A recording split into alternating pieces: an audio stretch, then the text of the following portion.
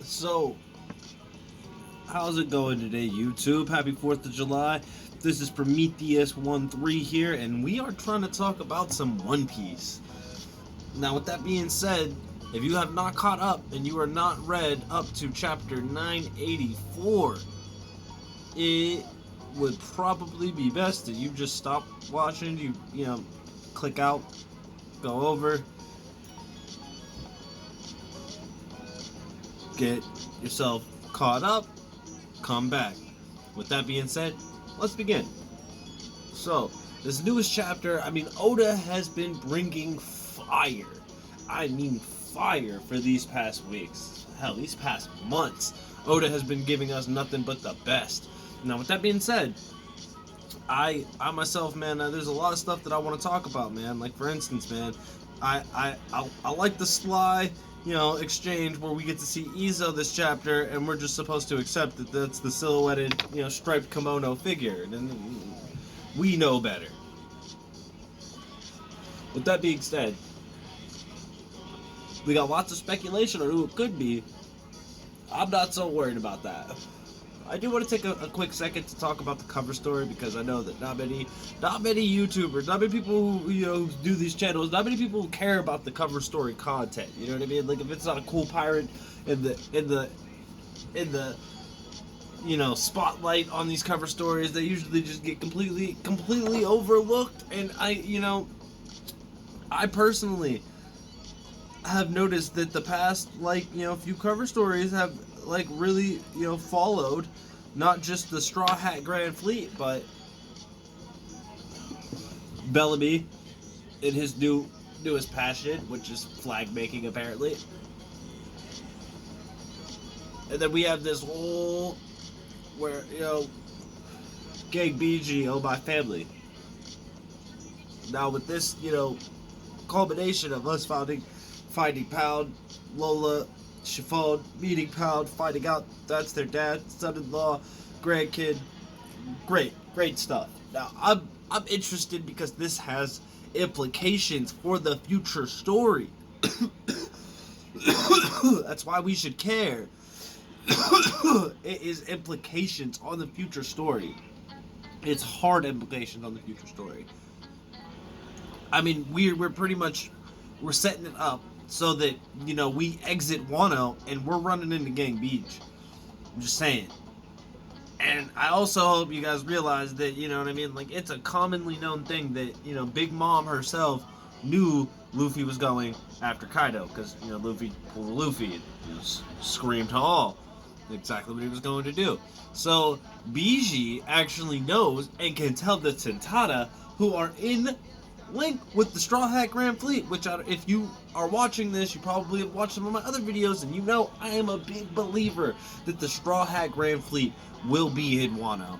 And I think, I honestly think that we're getting set up for it.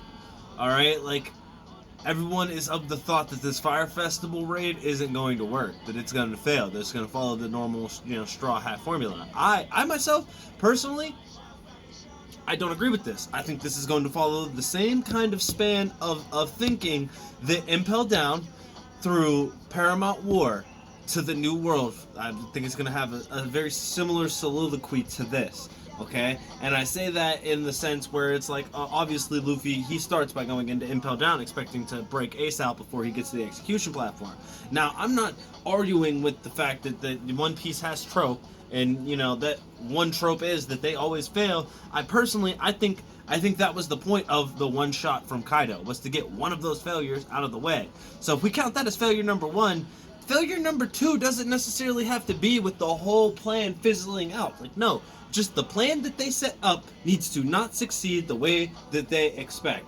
And then that leads into a segue where you can have someone like the Stawhat Grand Fleet come in, save the day, make it so that we don't actually have to drag this arc out any longer than necessary, because this is an expensive arc. I think that as far as we've gotten, Act 1, Act 2, Act 3, it's been fire. It's been fire. Fire.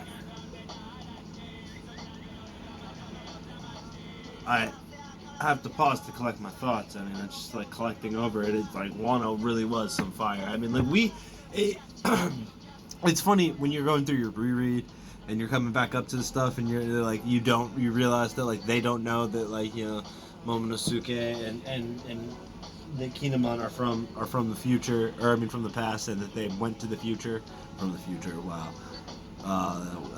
That started a debate on the comics if this channel was huge to a following. Anyways, excuse my rambling. It's just the point I'm trying to make. It's just like when you pointed out like stuff like that, I think that we have a lot of stuff that's gonna pop up in this arc that hasn't happened in any other arc. Point blank. Even though we have your normal recipe, I think we're gonna see some stuff, man. I think that this is going to end 100% in the Straw Hats having clout behind their name, and I mean that's really what Luffy needs right now. Luffy has most of the other things that Yonko has. All right, he's not a monster, no. But I mean, he said it. Like, this is actually going to showcase what Luffy already told us, the audience, when he was talking to Doflamingo. All right, Luffy has set up his entire career fighting essentially monsters. Okay, what are the Beast Pirates? They're a bunch of fucking monsters. All right, so like Gear 4, like the in general, like everyone's saying like, oh well, he's immediately going for Gear 4. Well, he's immediately going for Gear 4. Like that's what I like to see. Because that shows me progression. I know that Luffy has mastered and come out on top with another Haki Bloom, with another advancement. You know what I mean? Like, we're not saying he's mastered advanced armament Haki, but be damn sure that this dude would not be going gear. Like, he's been, like, think about it like this. He has recklessly gone Gear 4. I mean, again, I just already iterated it. The Beast Pirates are a crew of monsters. But he has recklessly went Gear 4 with people that I think he could have taken in his base form. And I think he did this on purpose. I think Oda showed us this on purpose. I think that the point in focus that we are trying to get to is that Luffy understands the point of utilizing the excess Haki so that none is wasted. And I think that we have a new modified form of Gear 4 that we've been being shown. And his immediate, like, I'm saying, like, again, him saying this is what he developed Gear 4 for, was to fight people like the people on Kaido's crew, like the monsters that were in Rescana. Like, I'm just saying, he did use that elephant gun to put down an elephant. Well, we'll be fair.